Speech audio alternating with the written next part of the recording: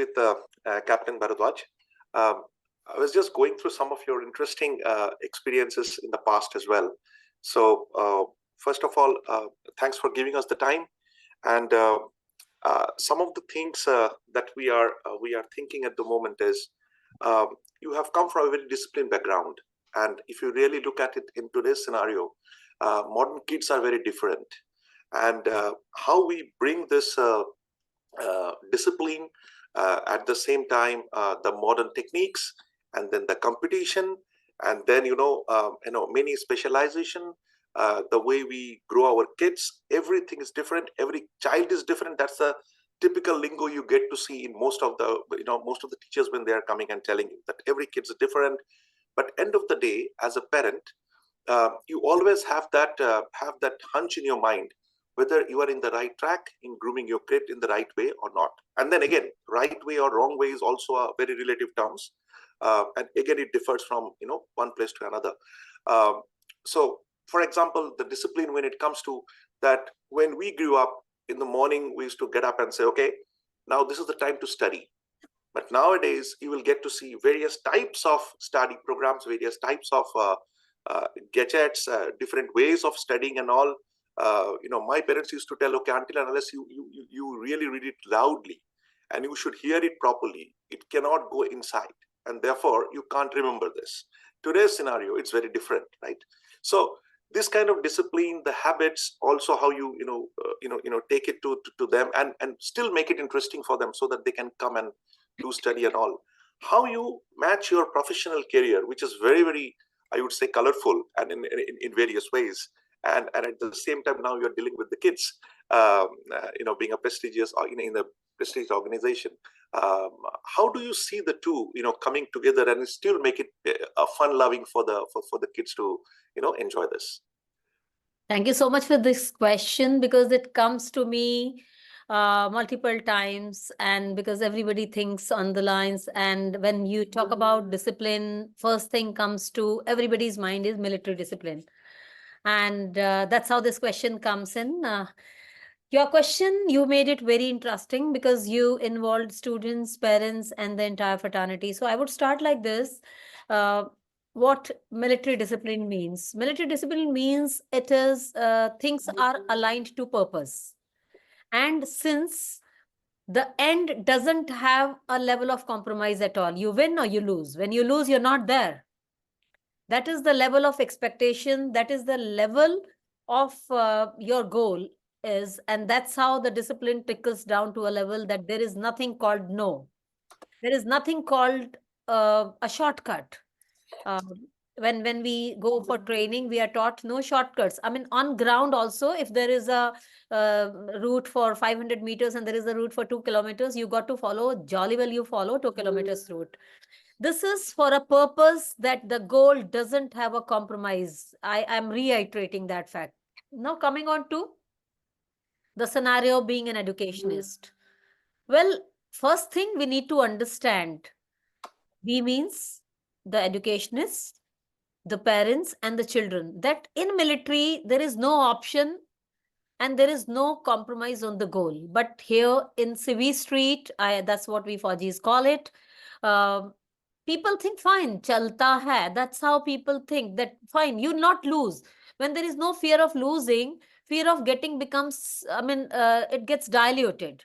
So here, when we come and try to, I will not say impose, try to activate a level of discipline, we need to understand that the goal is non-compromising. It should be non-compromising. Now here, I would like to be more specific when I'm talking about parents and students. So for students, what is the goal? Goal is immediate goal and the ultimate goal. Ultimate is that you got to be successful, you got to be global leader, so many things, a holistically developed personality, which even the goal is for the parent as well, for the teacher as well. So for the student, if we talk about military discipline, we can't impose with the current education system, the policies and all. So then, do we compromise? No. There is a step-by-step inculcation of goals which I follow at various levels. It surprisingly should start with the root, not with the top.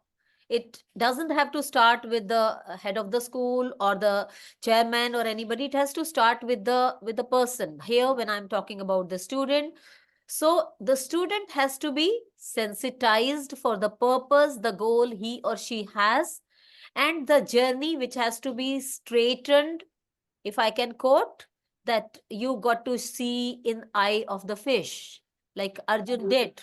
So that is how the discipline level should be inculcated in students. As you said, very well said, there are many things which came as support to the system, whether it is technology or the advancements or many such things, to that extent that the laziness, that I'm sitting, I can put the remote for whether it is TV or air conditioner, or even I can start my car without going to my car and I can start the air conditioner.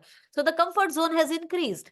But this comfort zone is to make me more comfortable, that the diversions of my mind, I'm talking about like a student, are less and I can focus more on my goal. These comforts are not to pull me back of everything and make me actually lackadaisical, which is taken as synonym of comfort. So here, what we need to do is we need to sensitize. Now here I'm using we, not only the educationist, but the parents as well. I'll touch upon this aspect for parents also simultaneously. Right now I'm focusing on students. So as a student, I should be told, this is you. You got to reach there. You got to reap the fruits when you reach there. You got to understand, if you don't reach there, what are the side steps, what are, I won't say repercussions, but some similar thing, what you will enjoy, face, or not enjoy. I very commonly use a term for children to tell them, I mean, when they are into little cozy zone, that after few years, it is up to you whether you are inside an office or waiting outside an office. And you decide now, your standard 10th, ninth, whatever it is, now onwards. Being an army officer, being an educationist at various international forums, one thing which I see is that Indian education and Indian learners, Indian professionals are welcomed with lot of warmth and open arms in the any fraternity and any scenario, any forum outside. What is the reason? It is somewhere we hold more discipline. Ignorantly also we hold more discipline. Our students, our professionals hold more discipline. No offense, but I have seen practically. Coming on to parents. You are talking on this. People who are listening to it are benefited. The educationists know about it. But we as parents, even I include myself and all of us sitting here, we are busy because we understand that the best thing we can give to our children is the comfort which can be bought. So we are busy in buying that comfort. In the bargain, we are not able to devote time. Not that we cannot. We can always cut down upon, but we think that we are giving, I'm giving best of the education. My child is studying in good school, the coaching, everything. I can afford whatever the child wants. So that's what the child should be given. Something we miss on one part is that somewhere I need to develop everything besides IQ, EQ, and SQ. Something which a parent need to develop in a child is AQ.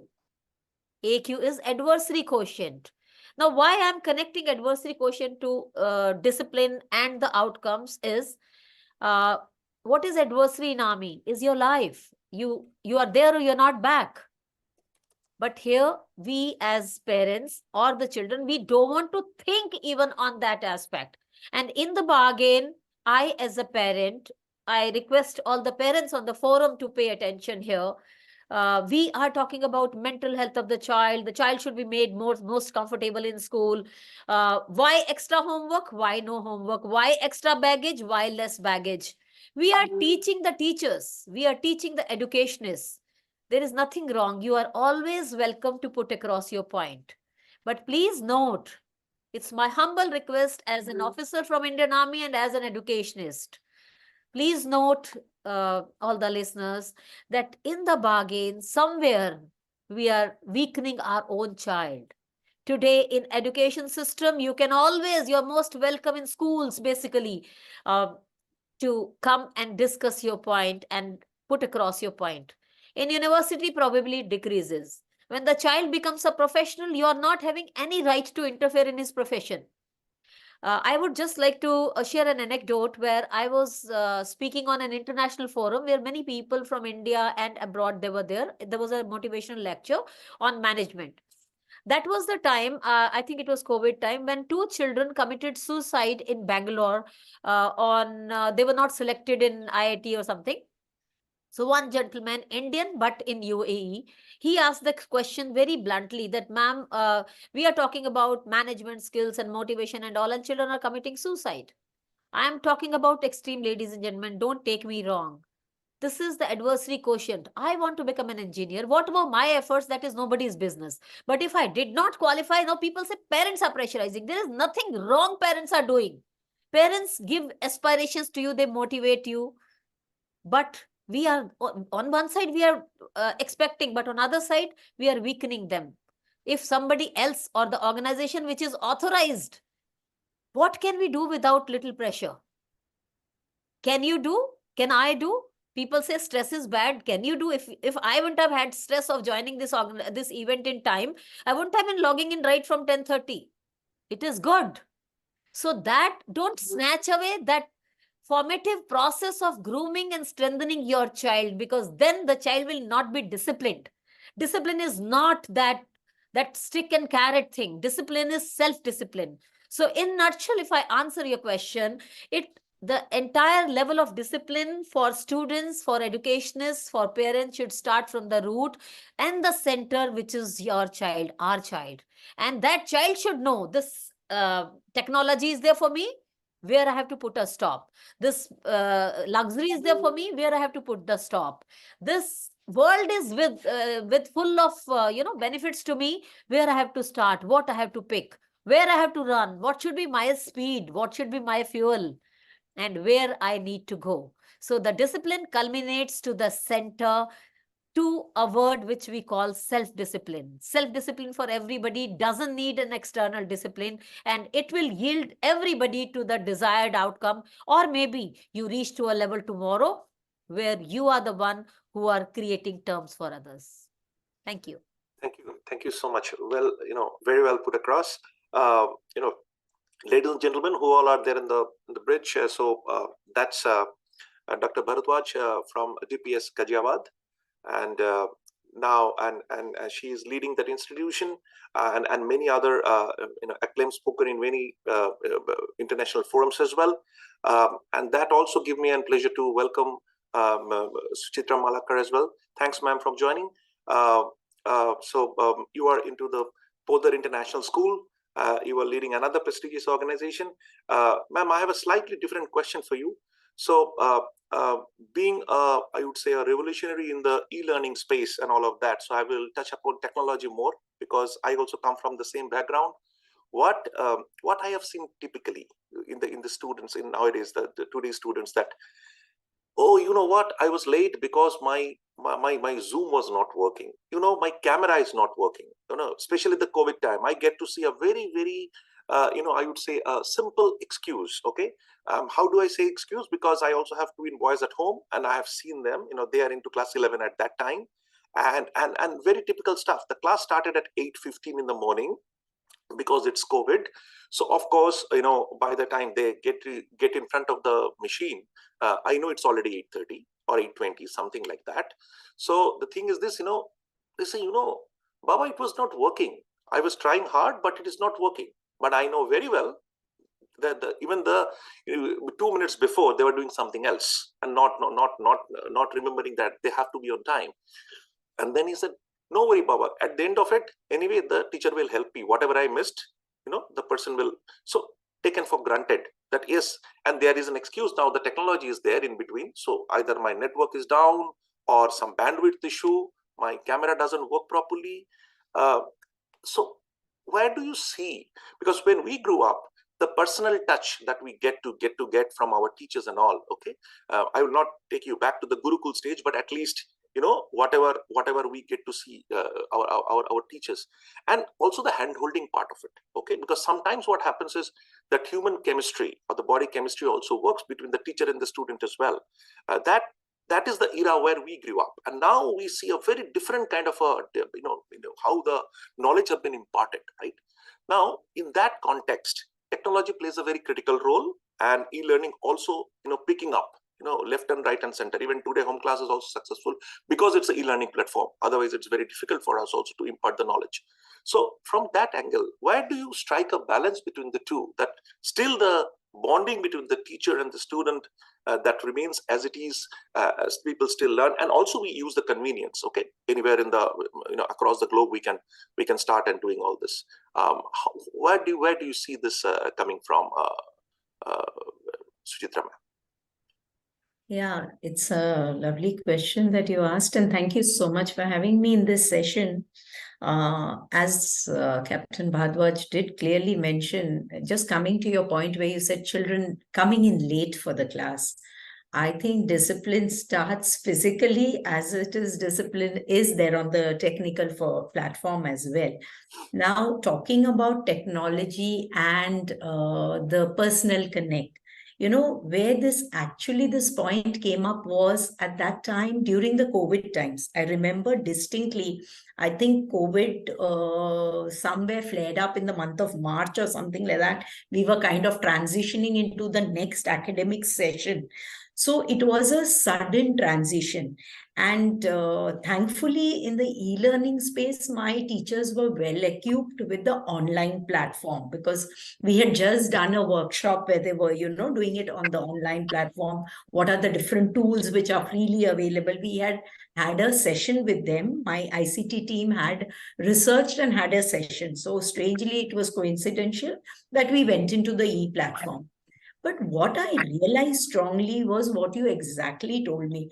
The first month that we started, particularly the ones who moved in from senior KG to grade 1 to grade 2, I realized this entire screen was a big barrier for my teacher to reach out to the student. So where we realized was that, the empathy factor, the factor of connect, that was totally lacking. So that is where I feel the first step again, when we use technology, is to create that bond between the virtual form of yours and myself. So every teacher went into a rigorous session. See, I'm talking in the younger years. So every teacher went into a rigorous session of actually bonding with the child on the virtual space, because that was important. Till you did not bond with them, for them it was foreign. The mother just opened the screen for them, or the parent, and they were just sitting in front. So they didn't even see the teacher. They had never met the teacher. So it was in that stage that we started. So we have to realize that technology and again, education in the physical space, they are actually both sides of the same coin. We cannot keep one away from each other. So today, if we keep on complaining about the fact that ChatGPT, children are using it extensively, they could use it indiscriminately for their homeworks or whatever. The first thing that I did was I had an extensive workshop with my teachers on ChatGPT. Because first of all, you have to understand what your child can do out of it. And only then you will be aware where it is being misused. So somewhere, if they're writing, if they're copying from ChatGPT, I must be able to somewhere identify what has been taken from there. So again, technology and the physical space, they go hand in hand. So I cannot today, as you said, I cannot be in the Gurukul stage. I cannot say I'm going to be devoid of absolutely, keeping myself away. Today, a child who is born somewhere is born with technology around him. Like I was attending this session, I don't know where, if you know Professor Swagata Mitra, he had a very good session on self-oriented learning environment. So it was something, a program called Soul, which I started in my school as well. So his entire project was just having a small kiosk with a computer in somewhere in Kalkaji. And it was the slums of Kalkaji. And after he goes back there 9 months without any support, just the technical support and a PC there. Every slum child knew how to operate the PC, knew how to get into the Google space. So this is the power of technology today. So that is a reason, let's not say I can be away from technology. But what I need to be very clear out here is how my learner is going to use technology, and my teacher is going to equally, be there to support my learner to use technology in the classroom. And that is something I feel is distinctly important. Thank you so much. Thank you so much, ma'am. Good morning, Dr. Farooq. I will come back to you. Just give me a second. Thanks for joining. That I can't hold back myself by asking you one more question on this, ma'am. Coming back to you once again. You mentioned about ChatGPT. You also mentioned about and today's world also in the AI space, right? So many things that are there, depending on what kind of searches you do and all of that, right? Now, somewhere, don't you feel that we are getting compromised, or rather that the kids are getting compromised with their critical lateral thinking or even the creativity part of it, because everything is on the platter. Whatever is there in the domain, you get to see that.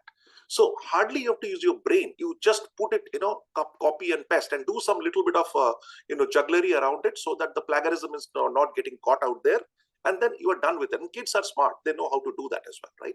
Now, so don't you think we are getting compromised, or they're getting compromised in terms of their thought process? How we wanted to tackle it? So I'll give you this example of this, I won't name the state or anything, who came out with the state level textbook, where if you remember, it was a big furore at that time, where Milkha Singh's portrait was as the actor in the movie, was put up on a textbook picture. So that's the content writer who has brought this up. So now let me tell you, that is where he has used technology to the best, but he has not used his brains on what he should have used. So he doesn't know the story behind it. So he just picked up, and he's not done enough research to bring out the portrait of Milkha Singh. Okay, so I'm just giving you this example to understand the irony of such a situation which you told me. So it's similarly like when in our research classes, if you remember, we had the open book textbook. For me, the first time when I went through it, it was actually a shocker. I saw children carrying suitcases of books, which for me was very shocking. I didn't know, how do you do this? And when I went there and the paper came, for me, honestly, it was more of a shocker to understand that the entire set of textbook was of no help to me, in spite of having the entire gamut present there. So it's the same thing that I'm trying to tell you is, I think children need to be trained how to use technology. That's the reason you get WhatsApp messages at the drop of a hat. Morning is filled with WhatsApp messages. But how to filter what is right, what is wrong, that is the reason newspapers are required, articles from various forums are required. In fact, this is one thing I start my children from a very younger age, is how to filter knowledge. You will get 10 different sites with different information. So how are you going to pick up the right one? So I think teachers, one way from the younger years when they're giving a project, in fact, this is something I insist very strongly with a teacher, is have a very intensive session with the children on how they're going to pick up information. And if they are copy pasting material, what are the, what are the cons of doing plagiarism, how it is going to impact his life ahead, how he could be debarred from his, research in his UG level or his post-graduation level. So I think that is the reason I'm constantly telling, when we are talking about ChatGPT, we are talking about Google, we are talking about Wikipedia, let's not say I can keep the child away from it, but let's train him how to utilize it. It's like using a dictionary. In the beginning, it was like it's available at the drop of your hat. But I remember our years only, our English teacher used to tell us to carry a pocket dictionary at every point of time. So this is a tool that is being used today, but let it be only a tool. Let it not overrule your thought process. That's something. Thank you, ma'am. Thank you so much. Dr. Farooq, welcome once again. Coming back to you, uh, sir, you are already you've taken the award from our president as well, or erstwhile president, late Dr. Kalam. I would probably start the session with a slightly different note. How was your experience in taking the award from him? What kind of person he is? I'm sure you got a chance to talk to him as well during your award ceremony. So if we can start with that, and then I will come to the question, if that's okay with you, sir. Thank you. Can you hear me? Yes, perfect. Audible. Okay. I think that was quite a unique experience to meet someone who, at the heart of everything, was a teacher, basically. You know, someone who held the highest position in the country, and yet he was at the heart very much a teacher. I think that is a kind of a proud moment for every one of us. All his life, till he parted, away from this world, he remained a teacher at the, heart. So I think that should be an inspiration for every teacher, that what a teacher looks like. I mean, in him, if you have to have an exemplary teacher, I think his profile easily fits into that exemplary image of a teacher. I think that is the wow moment. Otherwise, you can keep receiving awards. We have received awards from different dignitaries, heads of the state. That's perfectly all right. But this was quite inspirational. Someone who you can connect with, who identifies with you. So I think that is something which I will always celebrate and be proud of. Right. Thank you so much. Yes, absolutely. I have a very small or a brief moment, maybe a few seconds, to interact with him as well during my professional days. So the feeling is exactly the same. Being a professional coming from typical IT world and getting an opportunity to talk to a person like him, a very different kind of an experience. You can relate to him. What I can tell you, only one thing is that I wish I also would have him as one of my teacher, whatever it is, the way he comes across, Absolutely. the way he teaches and all of that. Yes, absolutely.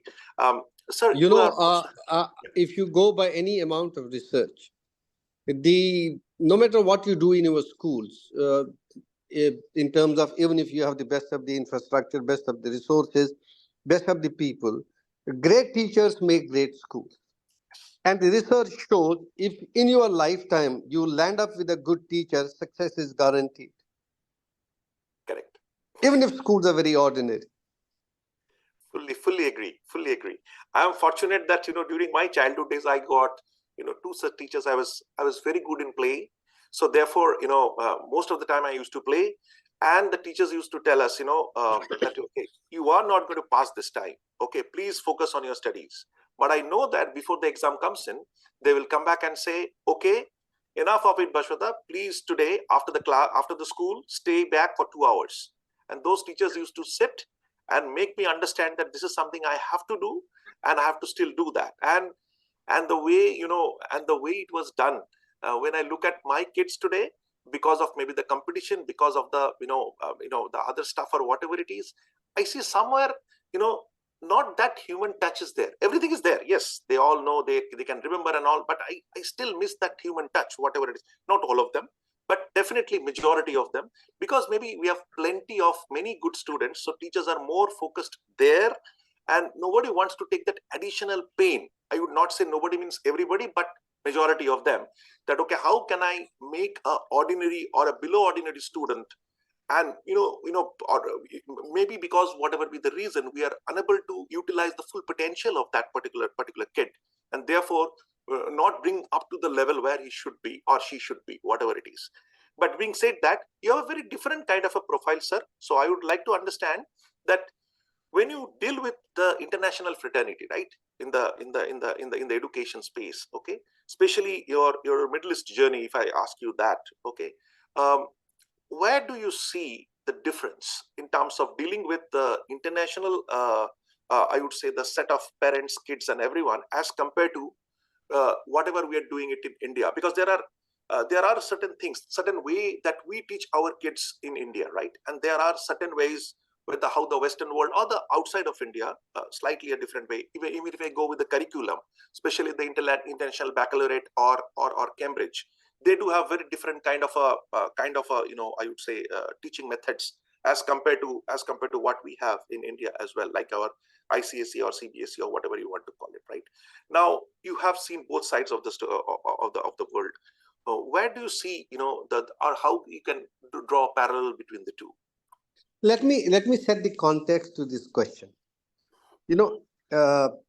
Education is universal in its character. Therefore, good education must transcend the geographical boundaries. And good curriculum should not be country-centric or region-centric. It must cut across all the geographical boundaries. That's where you will find IB, IGCSE or other boards coming in. Like we have a CBSE board operational for many, many years, but it did not gain the traction of being an international curriculum. So there comes the merit of the argument. We need to look at it. What qualifies you to be international? There are certain international standards which we must adhere to. Unfortunately, if you look at school education, it is evolving in India. It's making big strides. It's bringing in the change. But you also have to see a school is a society within a society. There are certain contexts in which our educational systems operate with all the limitations. You see, there are a lot of models in the world, successful models. You will always see education is a federal mandate in any other country. And equity is the norm. The school which is operating in the remote village or the school which is operating in the metro city has similar kind of resources at a scale, similar level of competencies, teacher competencies, leadership competencies. Look at Singapore for that. Top 30% goes to education. So education is a priority. Now, if you look at Kothari Commission, the preamble was that it's in the classroom that the destiny of the country is being shaped. So what did we do with our schools? They're in dilapidated conditions. If you look at today comparisons between government and private government schools are not refreshing in any way. The divide of resources, look at teacher quality for the last 40 years in which teacher curriculum had changed. Where is teacher licensing? Where is education leadership? It's getting designed in many developed world. Singapore has a very robust education leadership model where they're trained. Now, here in India, the leadership is by default. It's not by design. You rise through the rank over a period of time. You happen to be a teacher for 30 years. Now, let us say in those 30 years, if you have learned all wrong things, what kind of leadership is expected of you? You don't design them. You don't prepare them for that education leadership. And giving that education is what I call the tyranny of normal. It helps the bright ones and leaves the weaker ones behind. But that's not what education is all about. So it's not one thing. You cannot blame the existing set of teachers and leadership. There's a lot of, if you see, noise about adapting certain progressive pedagogies and technology, but there is a lack of what I would say skill. I can assure you that having visited thousands of schools in India, having looked at the pedagogies, there's a rudimentary understanding, but there is no deeper understanding of practice. If you have a differentiated classroom, how do you actually engage into differentiation? Do you have the capacity to develop a differentiated instruction, differentiated resources, differentiated assessments? And there are certain key issues that whatever technology you will adapt in your classrooms, pedagogy comes the first. It's like this. If content is the currency and you don't have the business knowledge of using currency, then what will be this content all about? Similarly, you can leverage technology if you understand sound pedagogy. So what are we trying to do is, we are using technology to replace pedagogy. That's not the way it is. So pedagogy first, good teacher first, technology second. So this is what we need. We need to build up the capacity, teacher curriculum under NEP and NCF now. You see a lot of changes being recommended, and this is not something new. There have been commissions in the past where they have done humongous work in terms of bringing a change management in the educational sector. But it is the intent and the implementation and the necessary resources and the speed with which you need to do it. See, you cannot have a turtle kind of an approach to reform. You have to go on a war footing campaign. You have a lot of residue. You have a lot of backup around it, which we need to really clear. You see, one side, okay, if you have a new recruits, they will be fully trained, they will be fully immersed, they will be integrated. What about those who are there in the process, who have another 20 years to go? They are upskilling. What is the mandate for that upskilling? And last thing, what I will say in our education system, lack of accountability. Who owns the failure of children? I always ask this question. Tell me, every school, so-called best schools in India, every single student goes for coaching. In fact, the enrollment in schools has become notional. They go to coaching centers but get enrolled in the school because that is the piece of mandatory legislation they need to have by their side. And then schools take the credit for the performance. How regressive is this thought? Schools were not only meant to produce toppers and percentages. School is about refinement, creating individuals with enduring competencies for a world that's so radically uncertain. So therefore, I don't know, sometimes, I do get a little bit disheartened when I look at the schools across. You see, and what has happened, unfortunately, the school leadership has very limited say in the, in any change management. Like what if NEP for that matter, it should have been the mandate with the school leadership. You should have discussed threadbare at breadth and length with every single individual, with the stakeholders. There should have been a pilot for about 3 years to look at the implications and its implementation process and the challenges we are facing. So we have seen, so like say, when CBSE introduced comprehensive evaluation, what did it end up? It ended up into unit tests. So we must have the courage of conviction to ask very hard questions. And educators, unfortunately, whatever the reasons are, we live in let's get real with them. They need a living. The managements are not very inspiring in many ways because these are sometimes family-owned business. Sometimes these are business people who own the education and then they drive their own vision. So I think it's quite a number of multiple issues around it. I only hope and pray that my education leaders become bold and brave enough to question anything that comes in their way and ask its legitimacy, whether it is going to definitely bring in the change or not. I hope I have answered it. I don't know. I mean, yes. No. Very well said. And I'm sure, Dr. Farooq, many parents in this call, they must be thrilled to listen to you, music to their ears. I'm sure about it. But that's fine. I think it's a collective responsibility, as you said, with the parents and the teachers, and of course of the student as well. So it's an ecosystem end of the day, and that ecosystem has to be conducive so that every child can bring up whatever the best they have internally. absolutely. So that's the that Can leads I me to the just next. add on to what Yes. Farooq sir said?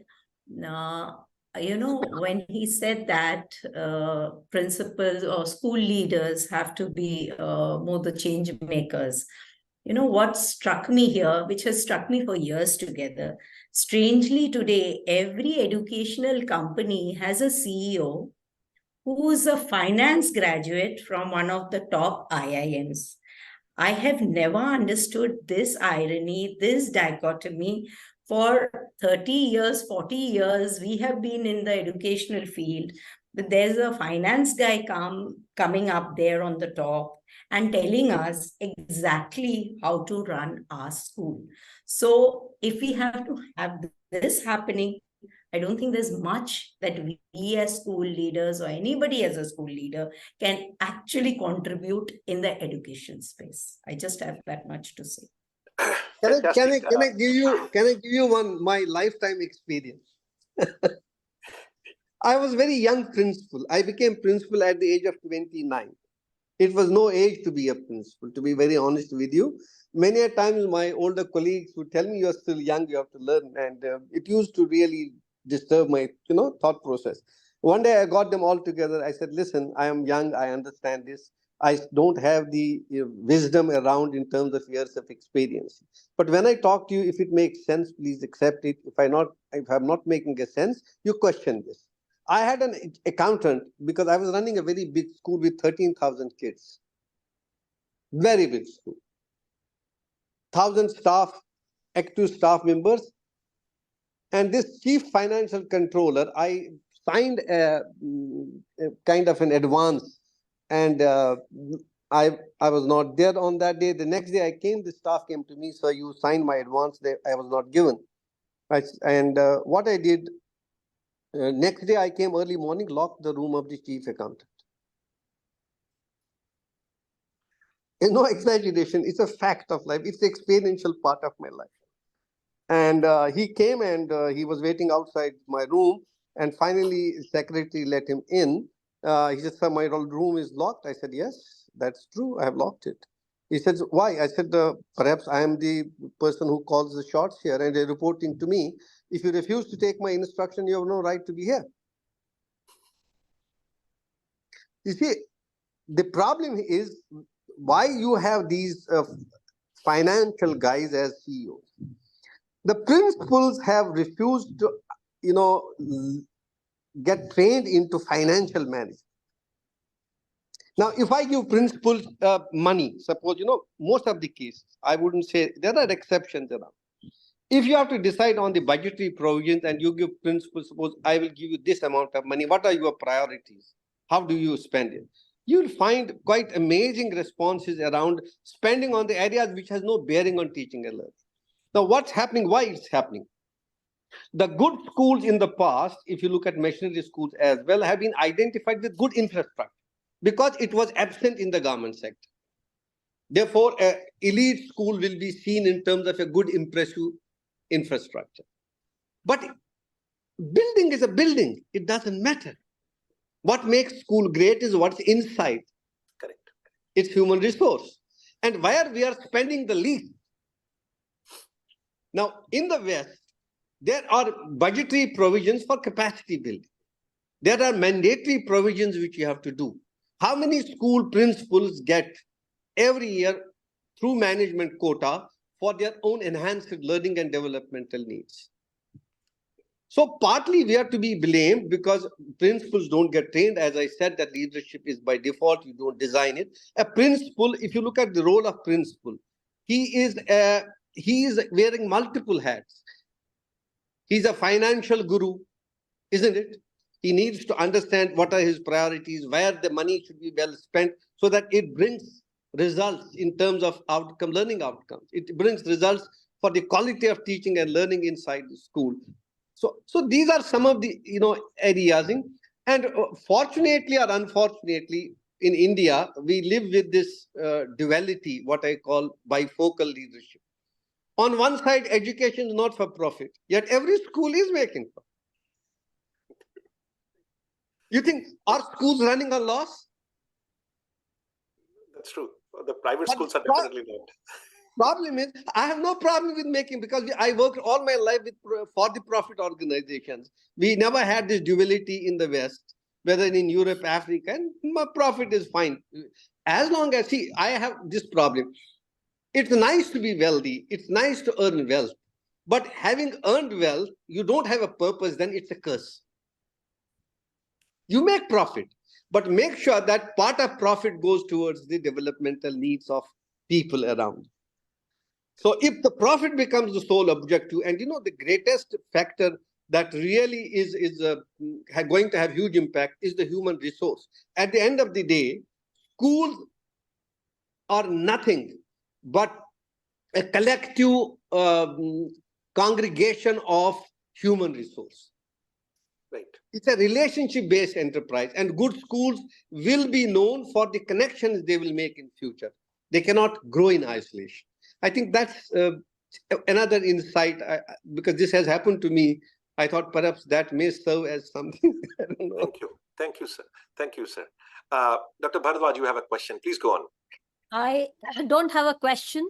With my humble submission, but firm standing, and with due respect to Mr. Farooq's seniority, I would like to beg to differ on something which he stated, but I would like to affirm and start with what he said, that yes, the profession of the system of education has become business oriented, and for that the finance guy is the right person, because he knows where the profit should come from and how to mold the directive of any organization, whether it is school or any other structure, to be business oriented. But I would like to state something here. I had never been a teacher other than being an instructor in Indian Military Academy, Dehradun, and partially in Rashtriya Indian Military College, Dehradun. I had been an Indian Army officer. I've been called para drop principal also. But I would like to state, ladies and gentlemen, and all the listeners here, that it is the school teachers and school principals. I would reiterate, school teachers and school principals are more versatile and more, I would not say pressure, but all across there, all eyes are on for every reformation, and everybody in such forums, including me or maybe somebody else, have got, experiences to share with them, that they have failed to do this or they have passed to do this or whatever it is. Let me tell you what a principal, a school principal, I'm not talking about college principal, probably they are not in this line of fire, would be questioned, and they are doing everything. Sir, here you are saying that they have refused, and we are not talking about personalized development or training or anything. The amount of trainings, the amount of openness, amount of load, and amount of responsibility, whether it is academic, administrative, financial, or anything for that matter, because I am there, I think, for last 10 years or 11 years in this, I don't know whether I should say business or profession or wherever, but yes, I'm seeing that, and I'm learning from these principals who have trickled up from teacher to be principal, despite being a gazetted officer at the age of 21. So I would like to salute the teachers and principals. In next day of COVID, they were ready with online classes. And I would like to salute how they are running. So I would like to humbly submit here that this is school teachers and principals. They are climbing the stairs, and they are the ones, whether we talk about international education or Indian education, they are the ones bringing our children to stand at international forum. I had been part of international organization before this across the globe, where I was as a motivational speaker, trainer, or mentor. It is Indian brain and Indian professionals who are welcomed everywhere. We talk about globalization. I believe globalization is what I have, I give it to you. What you have, I take it from you.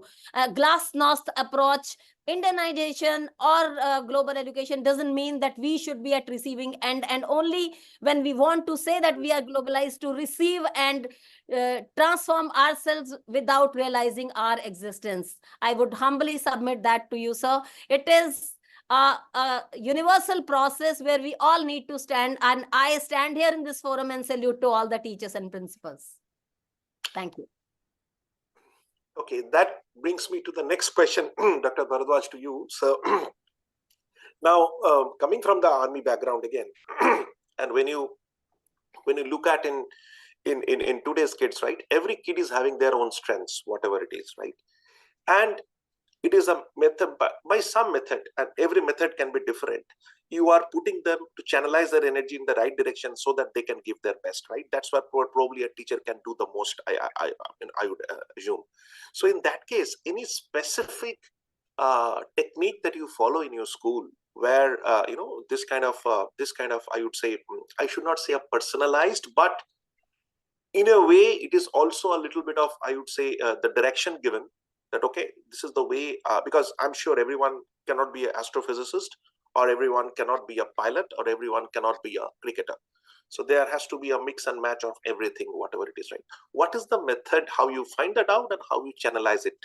Because there are infinite opportunities in today's world. And going back to our national education policy now that is coming in new, where I believe there is a lot of power in it, whatever I see, keeping the politics aside. But what I see is that at least as a kid, if I would have been in today's era, at least I can pick up the subjects that I wanted to pursue with. But I understand there is also a need for holistic development of a kid up to a certain age, and after that, of course, the person can go into the personalized where he or she is more interested in learning. But in this case, how you channelize the energy of those kids to the right direction and how you find that out. What is the secret sauce behind it? See, the question here is, what is the purpose of education? Why are we educating our children?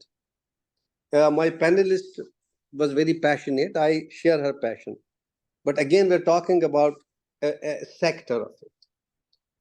When you talk about inclusivity, every child has a right to education. What does that mean? That he must have the similar kind of resources. He must have access to same quality teachers. He must have access to same quality provisions.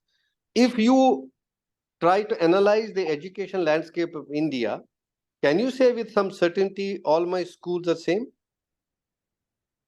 All my teachers are competent? They have the same skill sets around? So this is one question. Second question is, education is a preparation for life. We all have, I think, heard it umpteen number of times from the educators, from policymakers. It's a preparation for life, because when we prepare for life, we prepare for a great, connectivity. We prepare for great society. We prepare for great nation. Now, if education is a preparation for life, then all life has to be education oriented, and all education has to be life oriented. Are our classrooms connected to life? That is the key we need to ask ourselves. How is learning connecting to life? That's one aspect of education. Second aspect is that it is a state responsibility. It's a birthright. The way, safety, security is the mandate for the state, education of the child is also a mandate for the state. So therefore, if you look at it over a period of time, how is it that our institutions have progressed as well as deteriorated? We have a success story. If you look at, we came from the very ordinary government schools. We were not product of any top-notch, because how many schools were there? There were very few schools at that point in time. How did we progress? How did we evolve? They had no infrastructure. They were dilapidated classrooms. We used to sit on the jute mats and transact curriculum. We were under the shade of a tree that teachers will conduct literature class and other classes. You'll excuse me, there's an interruption.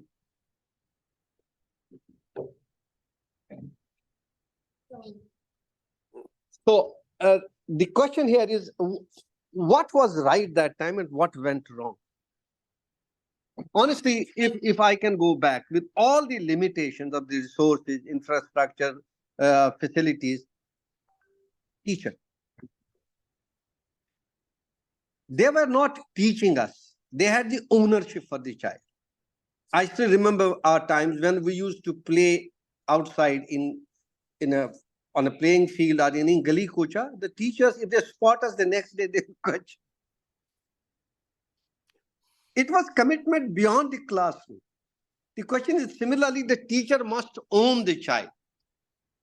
Now, every child has a right to education and every child must grow at a pace. For that to happen, your classrooms have to be designed that way.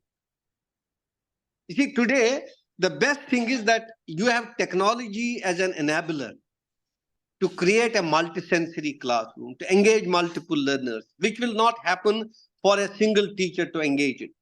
He will have to really work very hard to even involve a couple of types of learners around.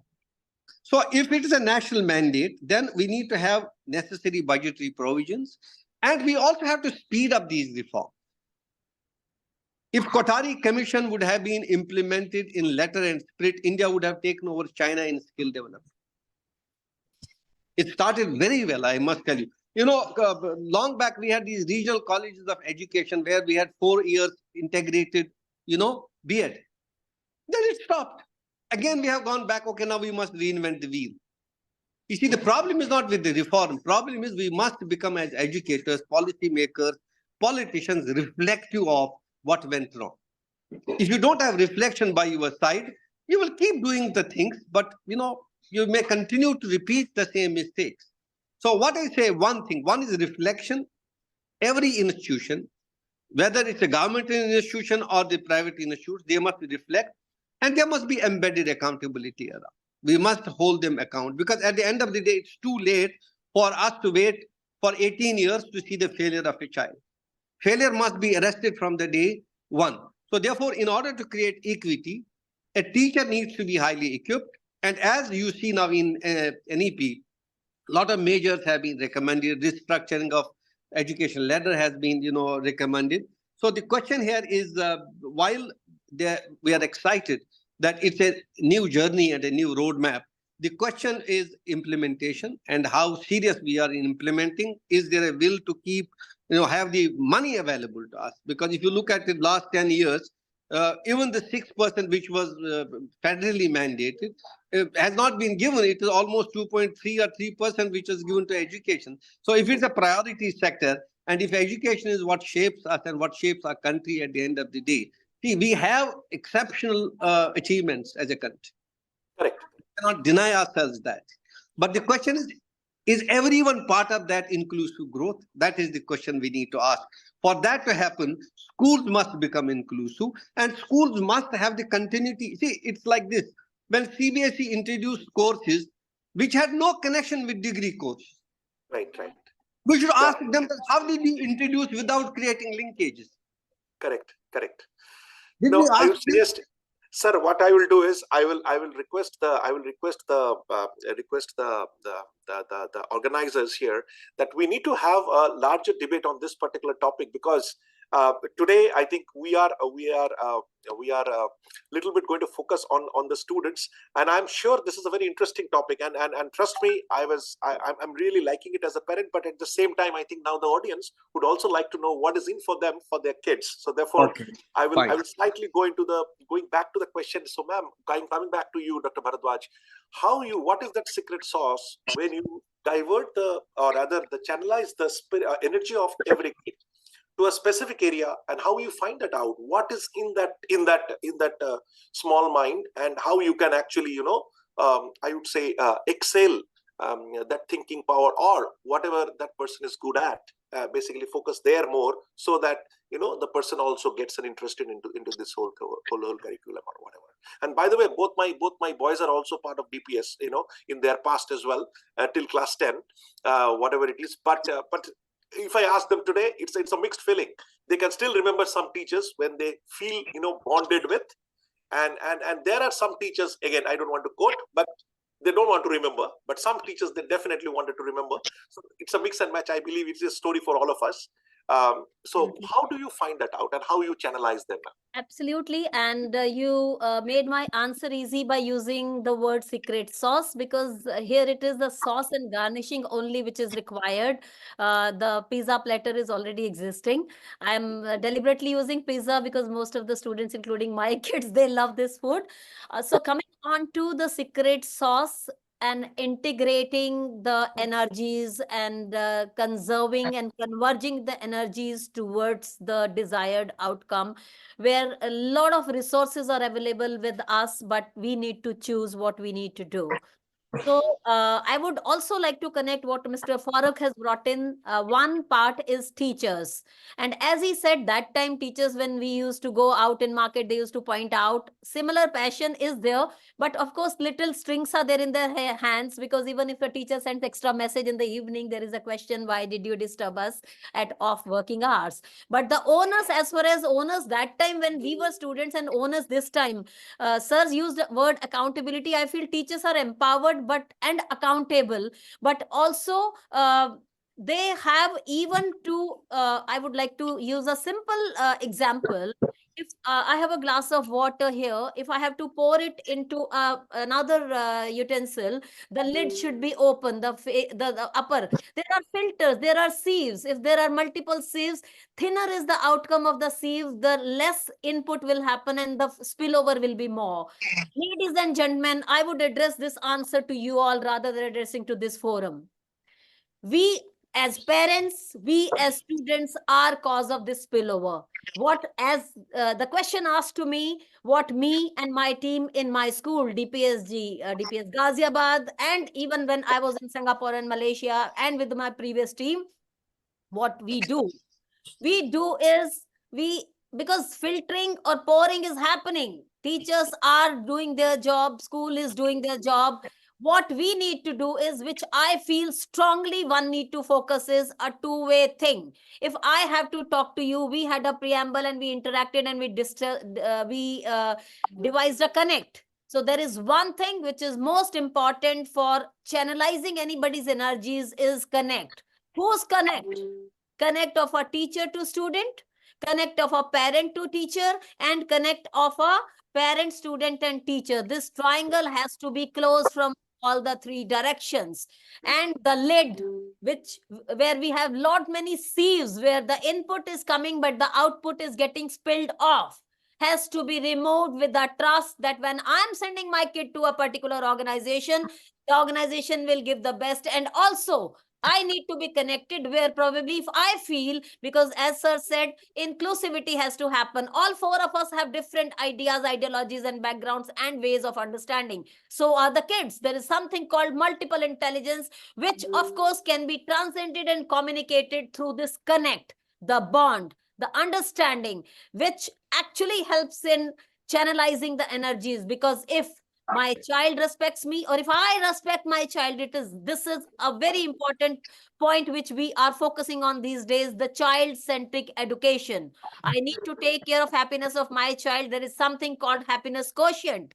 Happiness quotient is very important. When I'm happy, I'll receive the best. So I have to create something. I was part of CBSE also. There was a manual, and there is something online also on CBSE portal called conducive learning environment. There are a lot of videos, there is a text. Something which I use, which we all use somewhere, probably we don't give the name, is creating this conducive learning environment to channelize the energies, where I as a student and also I as a parent cannot be away from this thing, and we all together understand what I need to receive, what I need to filter out, where I need to be receiving, even if something is not pleased me. Please note this. As a parent, if my daughter comes and tells me, Mom, my teacher did this, or my teacher told me this, and it was not very pleasing, I asked her, where are you wrong? And your teacher is in giving end. She's at giving end. You got to be at receiving end. When you are at receiving end, you should be gracefully and humbly standing to receive with your hands in this position. Ladies and gentlemen, this is what the most Indian ideology somewhere we are missing. This has to be received and taken in right way. And I'm sure we may not have to use, as Farooq sir said, teachers and students were connected that time. Probably, I remember my father came to school for something, and my teacher asked me, "Oh, your father came. I thought that girl's father came." Probably she thought that girl is not good at studies, and I was so, why you are a good student? Why your father came to school? That was the ideology. I'm not criticizing what we do now, but what I mean to say is we need to connect rather than putting three different segments and questioning this. We need to evolve together, and that is the secret sauce I use. Parent connect, student connect, teacher connect, and something in center of these three things is bond. The bond and connect is the key, where all the energies can be channelized, because that time one doesn't have to tell other person, it has to be understanding which goes, and that will yield to the best of the outcome, because the goals are decided, the journey is decided, but still there are filters which get automatically improved and removed when we understand our responsibility and we move together. Thank you so much. Sure. Thank you. Thank you. Coming back to Suchita ma'am, to you now. Now that all this online e-learning platforms and everything is there, even homeClass is also part of that. Now, how you bring out the talent, or the specific, I would say, the strengths in a kid, when you are not interacting with the kid on a daily basis, sitting in front of you or whatever it is, once or twice in a week you have 1 hour online class or 2 hour online class, whatever it is, and that's the only time you can judge, that too from a distance, right?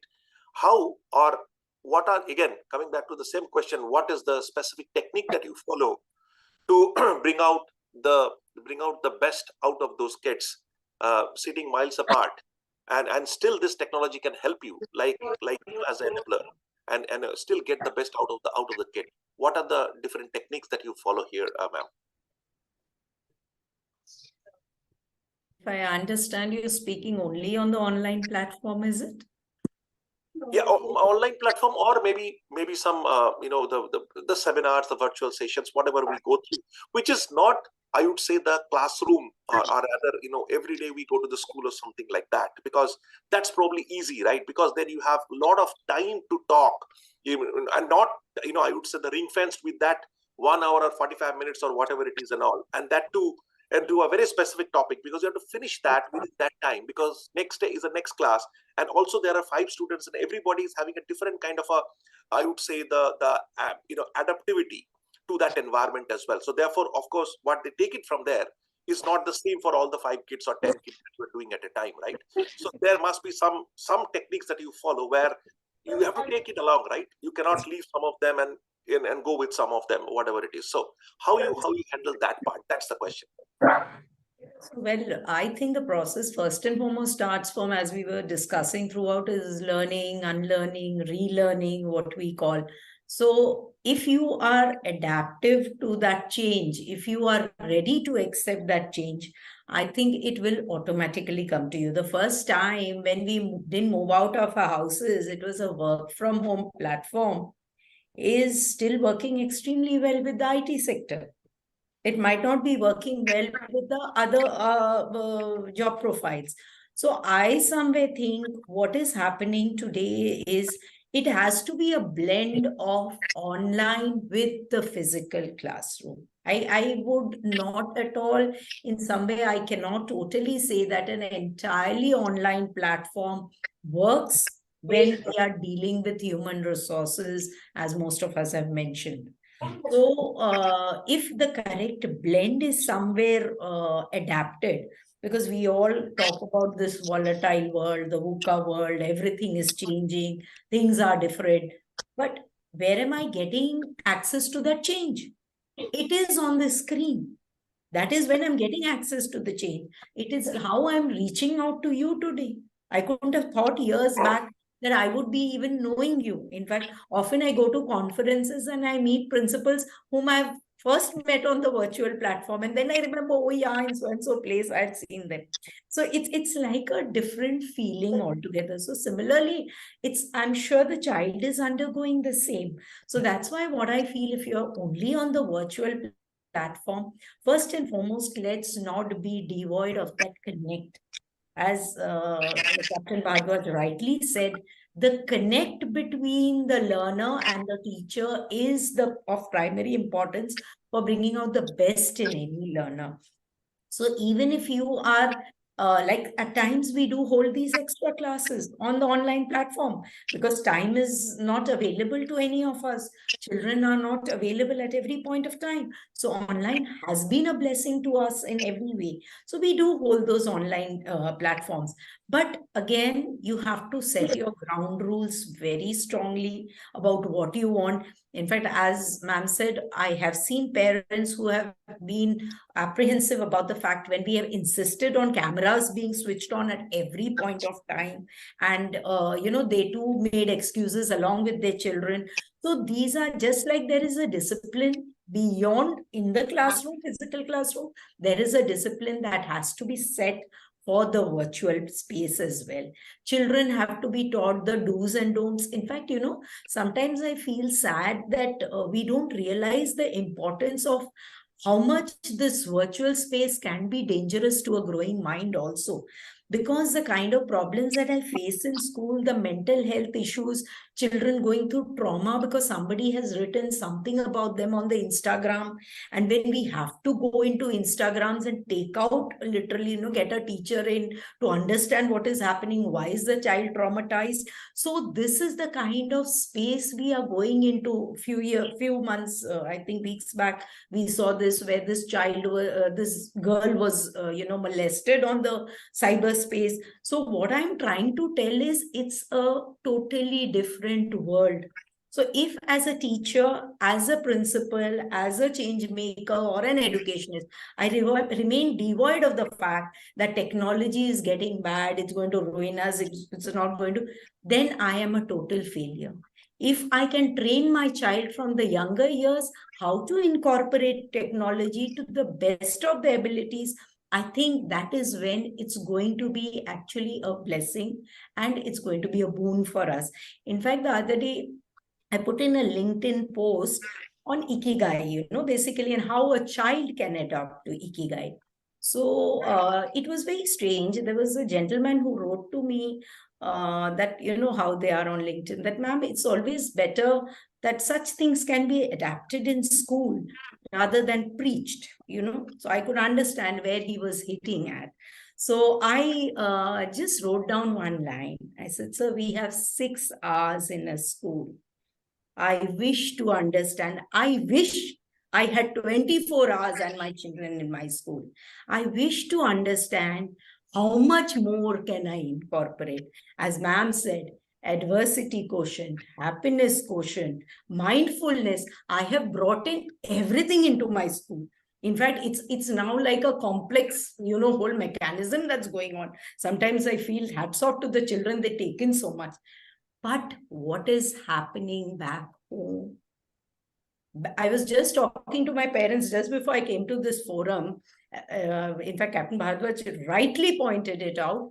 I was just telling my parents, I said, I don't remember my mom creating that me time, that time to be with the children. I don't remember my mom going on a vacation with us to create the right forum and the right mental health for my child. But it was inbuilt, a mechanism that was inbuilt in the family. Where have we lost that? Somewhere with modernization, somewhere with what we call globalization, we have lost this entire mechanism which was naturally built. Today, everything that you ask, I as an educationist at least, everything that I put up, everybody questions, oh, it would be wonderful if schools could do this. And I sometimes wonder, what else am I supposed to do apart from adopting your child? So, this is what I am trying to say. Let's work together. And I totally agree with Captain Bhardwaj. Let us bond together. Let us create that space where both of us can, equally contribute. Thank you. Thank you so much. I just want to say one thing here, that I tell my parents that your children are 49% mine. So I've adopted them anyways, 49%. True, very true. Sure. Well said. Well said. Okay, so basically, what you were saying, Suchita ma'am, is that the hybrid model probably would work out the best. So maybe you can work on your shortcomings in terms of your personal attention, whatever you get from the teacher, and whatever you can do by yourself. That's where probably you should focus more into your online sessions and all of that stuff, so that you can take the best out of that. Okay, we got that right. So now coming back to Dr. Farooq, the question what you also did mention about the recent I would say the changes, and also the different type of specializations that are happening at the moment. Now, given the global challenges, how can education adapt to nurture resilience and adaptability in students, preparing them from the uncertain future? One of the questions that has been asked by the parents as well. What's your view on it? Very profound question. I will give you a couple of pointers for us to reflect. Future is no more the function of past. When I was a young boy, I could fairly well predict what I will be. We had a very high visibility of what future will look like. And future has no precedent. All that knowledge and understanding collectively we have today, we cannot predict future. Now, what does that mean? For educators, if I give this pointer, then how do you prepare students for future? All of them claim that we are preparing them for future. What is the future? How do you foresee that future? What kind of skill sets you need? Now, the question here is, pandemic was a warning. Pandemics will happen, maybe more often than not, but that's a reality. What is the response? What is the collective response? It's not a response of 100 or 1,000 schools or 2,000 schools. We're talking about 1.4 billion population captive, a young, youthful, growing population. You see, schools don't have a very long digital story or digital journey. I can assure you, even now when you visit and audit, the digital audit, I call it, ask them, why do you use this piece of technology? How is it integrated? How it helps in terms of teaching, learning improvements, and how it helps in capacity building. Schools still teach technology, computer through computer books. How regressive is that? Ask every school, do you have computer books prescribed? Yes. And do you teach computer by prescribing computer books? I'm talking of elementary things. I'm not talking big things around here. More so, 80% children today are in virtual space. They don't want to be part of the classroom. It's a growing reality. Now, you see, there's a lot of noise on AI today. And I keep telling my educators, we are not still there. We haven't started. How is technology integrated into teaching learning ecosystem other than using devices and using some technology means of transacting curriculum? What does it mean? It means assessments must be online driven. How many schools are experimenting on this blended learning model? Have 3-day school and 3-day online. You see, you have to be an adventurist, because with the radical uncertainties that's unfolding when it comes to future, there will be a lot of disruptions. And one of the profound ways of understanding is, if your rate of learning is lower than the rate of change outside environment, you will not survive. But if your rate of learning is higher than the rate of change, you will survive. So you have to question your learning. Am I really learning with the kind of churning that's around in the environment? So there will be, the question here is, if technology is everything, do we still need schools? Schools will have a defined purpose. You see, in some time back in Switzerland, there was a debate where the state came into understanding that we must give living cost every season. It should not be linked with the job. Living cost should be birthright, everyone should be catered for, and then the question was, if their needs are met, what they will do. Man cannot live by bread alone. So schools are not only to create employability for them in terms of skill sets. It's creating a complete individual with those enduring competencies where children will learn decency, where they will learn empathy. That's not part of our curriculum. So curriculum moves beyond the rudimentaries of subject knowledge. So unintended curriculum, how it is being transacted. How do we ensure the physical, emotional well-being of children? How are we resourced? So the future is a reality. It is going to be disrupted. And the way for institutions to survive is either you disrupt or be disrupted.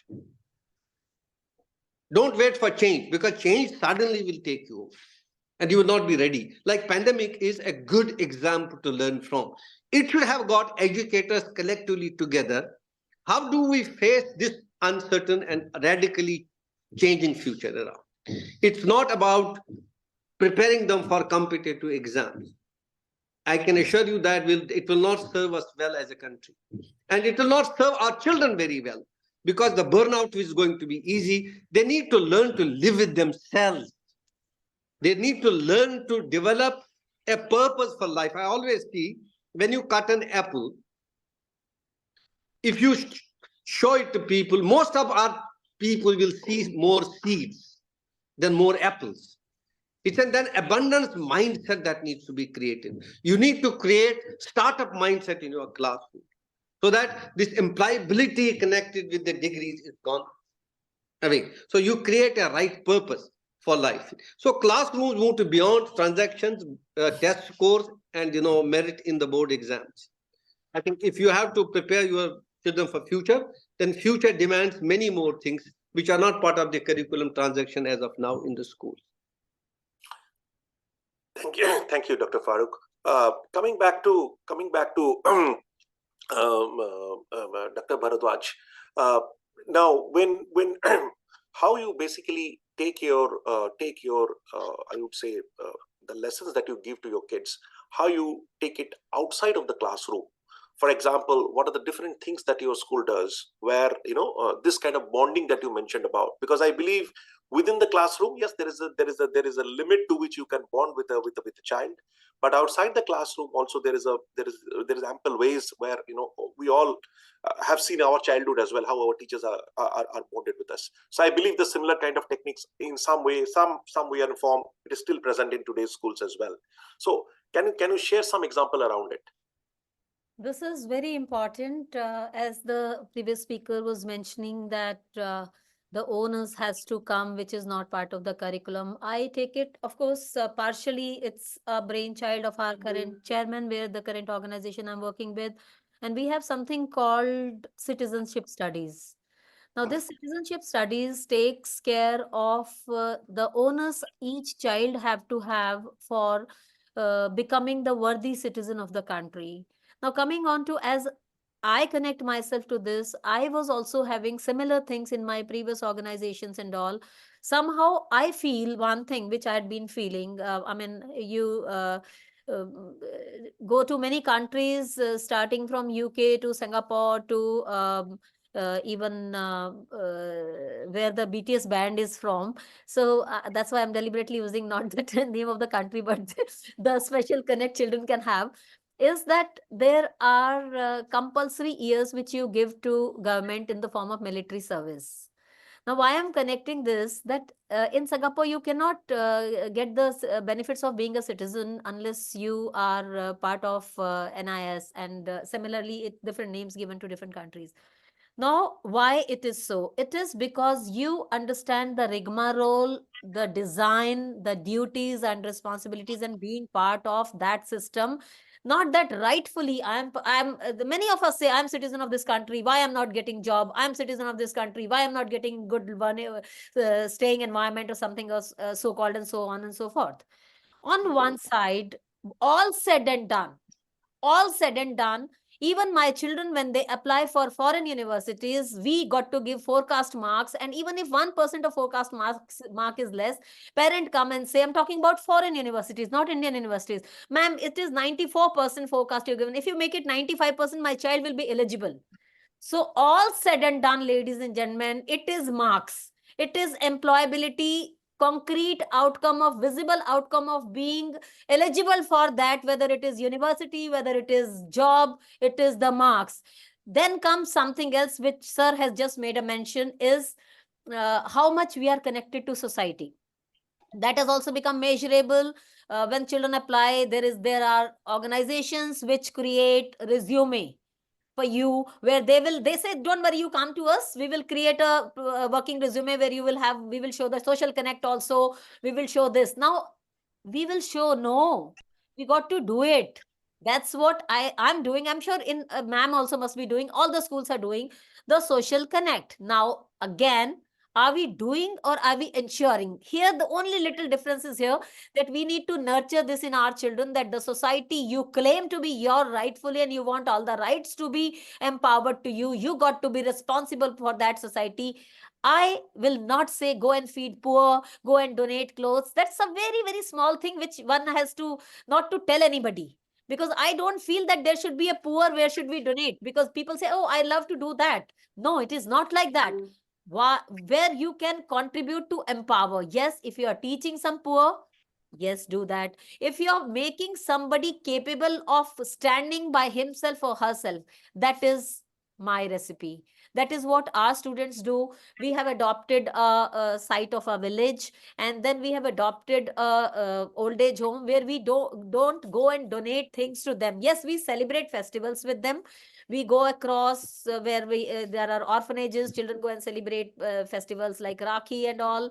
And then there are old age homes where they go and stay with them and make them happy. And then to this village, we only give the requisites, not then making them handicapped, but empowering their children over there. It's a remote area of Ghaziabad place, where our children go and they empower them. They stay with them, they spend time with them.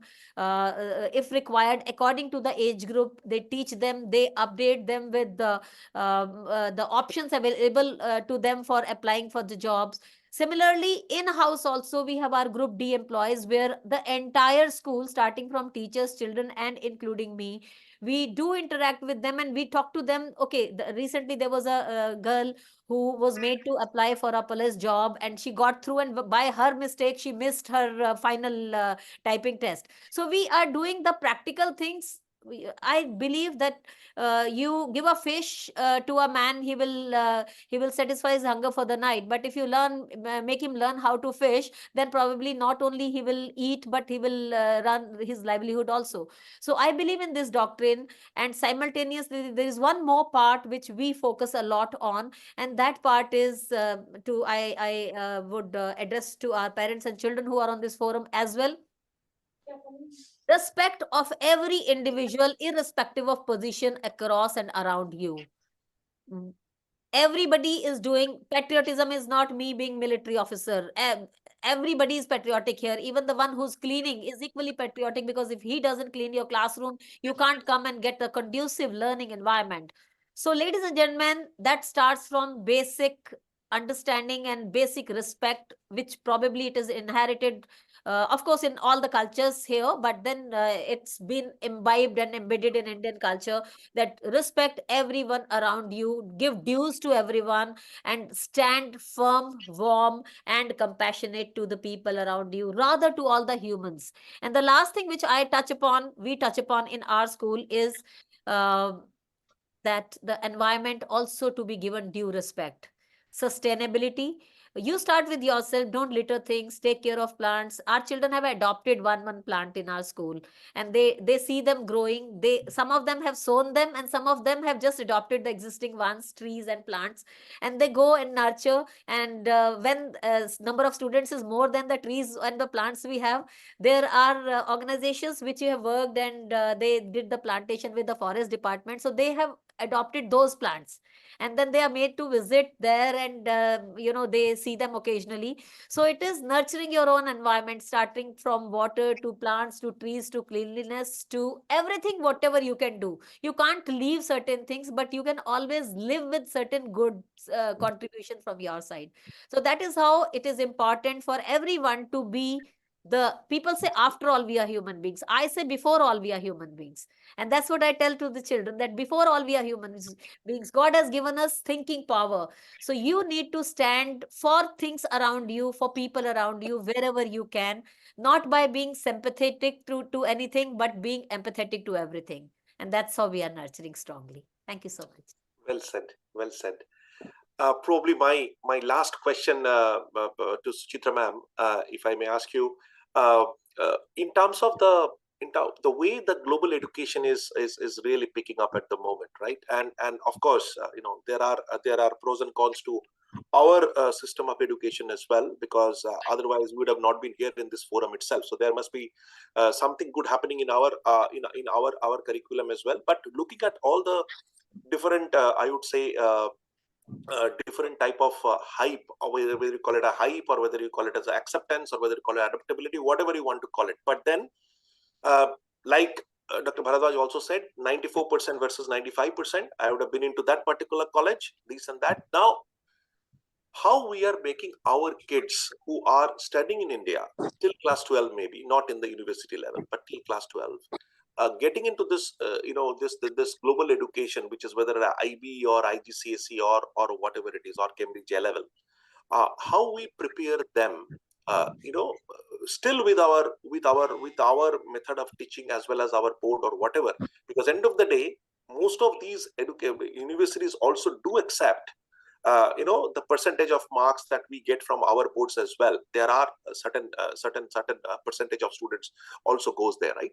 But if going back to the standardization, what also Dr. Farooq sir has made, right? So how we are adapting ourselves to also get into that global education I would say the platform or whatever it is, so that our kids also will be equally equipped, not only by learning our methods, but also ready for that global education platform to adapt it and still excel.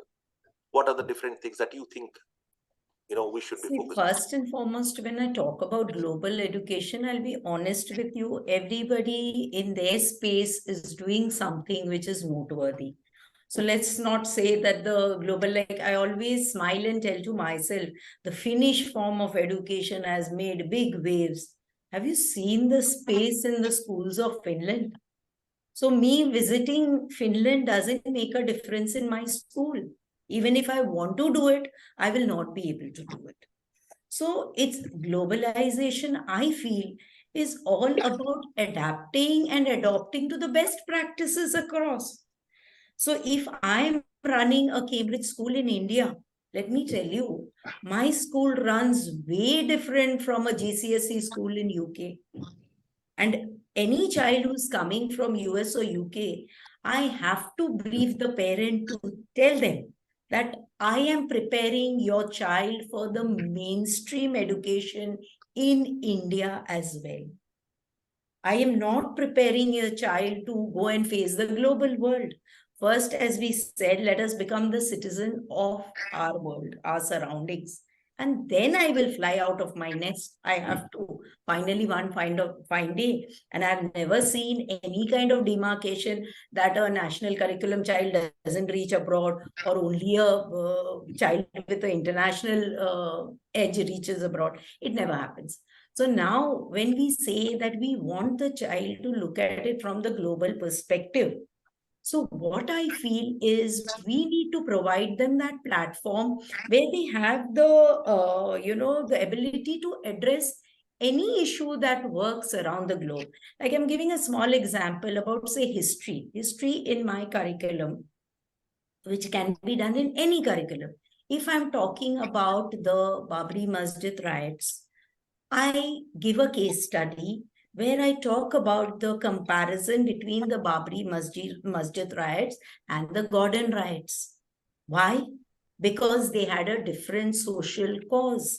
There was a different social standing at that time. What were they looking for? So let the child look at it from that perspective. So that is what I'm telling. Globalization is all about understanding your environment in comparison to what is happening around the world. So it is not about implementing what is happening around the world into my system. What is happening in your house, I cannot make it happen in my house. My family runs in a very different way. But there are certain value systems I have adhered to and I have kept for myself, which are actually inherent and needs to be, as a human being, has to be inculcated. So this is something I have to inculcate in my students to bring them ready for the so-called global world.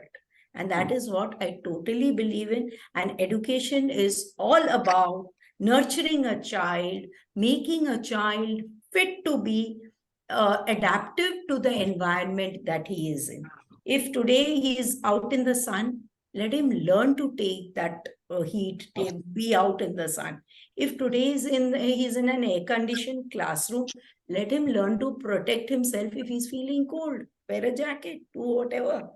So that is all education is about. And I feel the best way to do it is to adapt the best practices from various different schools, various different countries. In fact, that's why I'm very passionate about visiting schools, because that's something I feel I learn the most from is talking to educationists, yes, but more than that is visiting schools. You see the culture, you feel, okay, this part of the culture is really nice and it should be adopted. So that is what I feel globalizing education is all about. Thank you so much. Ladies and gentlemen, thanks for all your time. And Dr. Farooq, Dr. Bhardwaj, Suchita ma'am, it is really a pleasure. I believe this 1.5 hours that we spend, it looks like a 5 minutes for us, because each one of you bring in so different kind of perspective to the education. 1.5 hours is not good enough. So I would request the organizers that probably have individual sessions with each one of you, so that we can learn more about your thought process, and also how our parents are also get benefit out of it. Once again, thank you so much, and giving a time on a Saturday, so probably not be with your family and coming to this webinar. Thanks a lot. We truly appreciate your presence here. Once again, homeClass thanks you for your time as well. Thank you for having us. Thank you for the opportunity.